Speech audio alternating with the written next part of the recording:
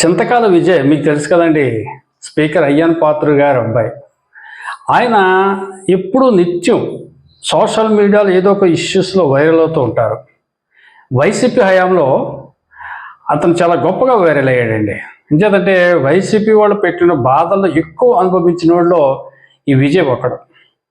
Telugu Desam party social మీడియాలో రకరకాల పోస్టింగ్లు పెట్టారని చెప్పేసి వైసీపీ వాళ్ళు ఇతని మీద అనేక కేసులు పెట్టారు, అనేక దాడులు చేశారు. ఇతని ఇంటి ప్రహారీ గోడ కూర్చే విషయంలో కూడా ఈ విజయ్ తోటి చాలా చాలా చాలా వివాదాలు వచ్చాయి. విజయ్ ధైర్యంగా ఎదుర్కొన్నాడండి, చాలా ధైర్యంగా ఎదుర్కొన్నాడు. అప్పట్లో అతనేమి జంకలేదు, భయపడలేదు. అలాగే చంద్రబాబు నాయుడు గారు అక్రమ అరెస్టు సమయంలో కూడా సోషల్ మీడియా ముందుండి చాలా గట్టిగా మాట్లాడాడు. అంటే అయ్యన్న పాత్రుడికి ఎంత రాజకీయంగా ఎంత గట్స్ ఉన్నాయో అంతకు మించిపోయి విజయ్ దగ్గర ఉన్నాయి. ఇక నర్సీపట్నంలో చాలా గొప్ప యువ నాయకుడు అని చెప్పుకోవచ్చు మనం. టోటల్గా ఆ జిల్లాలోనే ఉమ్మడి విశాఖ జిల్లాలో కూడా విజయ్కి ఒక మంచి గుర్తింపు ఉంది. యూత్లో కూడా మంచి ఫాలోయింగ్ ఉంది. ఇప్పుడు ఇతని విషయం ఎందుకు చెప్తున్నానంటే, రీసెంట్గా మళ్ళీ విజయ్ వార్తల్లోకి ఎక్కాడు. ఎలాగంటే మొన్న నర్సీపట్నం మెడికల్ కాలేజీ సందర్శనకి జగన్మోహన్ రెడ్డి గారు వచ్చారు. యాక్చువల్లీ జగన్మోహన్ రెడ్డి గారు రావడానికి కారణం మీ అందరికీ తెలిసిందే, నేను కొత్తగా చెప్పనవసరం లేదు. అయ్యన్ పాత్రుడు గారు ఆయన ఏమన్నాడంటే, జీవో లేదు, అసలు మెడికల్ కాలేజీ లేదు అంటాం, నేను ఉందో లేదో నిరూపిస్తానంటాం. ఇతను రావటం దాదాపుగా 60 కిలోమీటర్లు రోడ్ షో చేసాడు. ఇతను చాలా డేర్గా చేశాడండి జగన్ గారు. ఏం చేతంటే పోలీస్ శాఖ అనుమతి లేదు, ఎవరూ కూడా సహకారం లేదు. రేపు పొద్దున్న 60 కిలోమీటర్లో ఏదైనా జరిగితే, అంటే గతంలో సింగయ్య అతను చనిపోయాడు కదా, అటువంటిది ఎన్నైనా జరగవచ్చు, జరగడానికి అవకాశం ఉంది. అయినా డోంట్ కేర్ అన్నట్టుగా అతను మొండి బండగా వచ్చాడు. అయితే ఆ సమయంలో తెలుగుదేశం పార్టీ టార్గెట్ ఏంటంటే ఎలా ఎదుర్కోవాలి అతన్ని, ఇతను ప్రోగ్రామ్ని ఏ విధంగా మనం డీల్ చేయాలి. ఇతను పోలీస్ శాఖను వ్యతిరేకించి అడ్డంగా ర్యాలీ చేస్తున్నాడు, ప్రజల నుంచి కనీస స్పందన లేదు, అయినా ఇతను ర్యాలీ చేసుకుంటూ వెళ్ళిపోతున్నాడు. మరి ఇతని గురించి ప్రజలకు మనం చెప్పాలి, విడమర్చి చెప్పాలి, ఎలాగా అన్న సమయంలో ఈ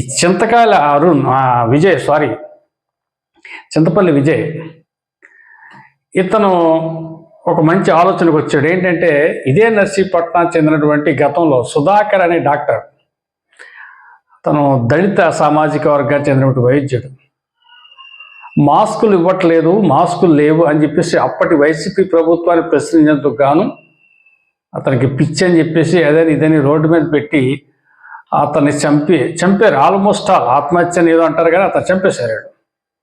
ఆ పాపం వైసీపీదే. సో ఆ ఇష్యూని ఈ విజయ్ ఇప్పుడు తెర మీద తీసుకొచ్చాడు. సార్ తెలివితేటలుగా తెర మీదకి తీసుకురావటం ఒకటే కాదు, అది ఫ్లెక్స్లు కట్టేస్తుంది. అదే సామాజిక వర్గం వాళ్ళతో గో బ్యాక్ జగన్ అని చెప్పేసి ధర్నా చేయించి ఆ కార్యక్రమం మొత్తం ప్రజలకు అర్థమయ్యేలా, అంటే జగన్మోహన్ రెడ్డి సీఎంగా ఉన్నప్పుడు ఈ విధంగా చేశాడు, ఇప్పుడు తీరా ప్రతిపక్షంలోకి వెళ్ళిపోయిన తర్వాత 11 సీట్లకి పరిమితం అయిపోయిన తర్వాత ఈ మెడికల్ కాలేజీ రాజకీయ ఉద్దేశంతో ప్రజలను తప్పుదోవ పట్టించేందుకు ఈ 60 కిలోమీటర్లు నిబంధనలకు వ్యతిరేకంగా ర్యాలీ నిర్వహించి ప్రజలను ఇలా ఇబ్బందులు గురి చేస్తున్నాడు, ఇతను పాలన ఇలా సాగింది అని చెప్పడం కోసం అతను ఫ్లెక్సీలు పెట్టి సోషల్ మీడియాలో చాలా గొప్పగా వైరల్ చేశాడండి. ఆ ఫ్లెక్సీని అప్పుడు సుధాకర్ మృతికి సంబంధించినటువంటి విశేషాలను కూడా సోషల్ మీడియాలో ఈ విజయ్ చాలా గొప్పగా చేశాడు. యాక్చువల్లీ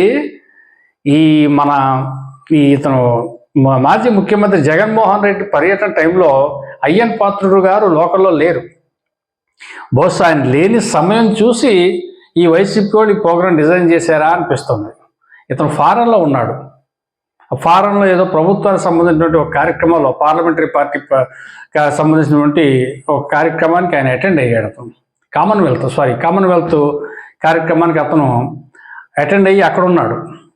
సో ఇదే అదును, ఇక్కడ అడ్డుకునే వాళ్ళు లేరు, స్థానికంగా ప్రాతినిధ్యం వహించే నాయకుడు లేడు కాబట్టి మనం వెళ్ళి చక్కగా ఇష్టం వచ్చినట్టు మాట్లాడచ్చు, ఇష్టం వచ్చినట్టు చేసేయచ్చు అని చెప్పేసి వైసీపీ వాళ్ళు ప్లాన్ చేసి నర్సీపట్నం రావడం జరిగింది. కానీ అయ్యన్ పాత్ర లేకపోయినా ఏంటి, వాళ్ళ కుమారుడు విజయ్ ఉన్నాడు కదా, చాలా చక్కగా డీల్ చేశాడు.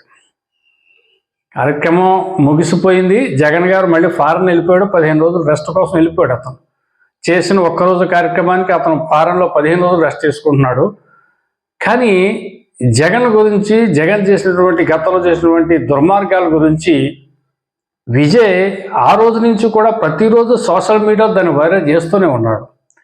చాలా గొప్పగా చేస్తూ ఉన్నాడు ఆయన. ఏం చేద్దంటే తెలుగుదేశం పార్టీకి కావలసినటువంటి యువ నాయకుడు ఎవరంటే విజయ్. Thank you.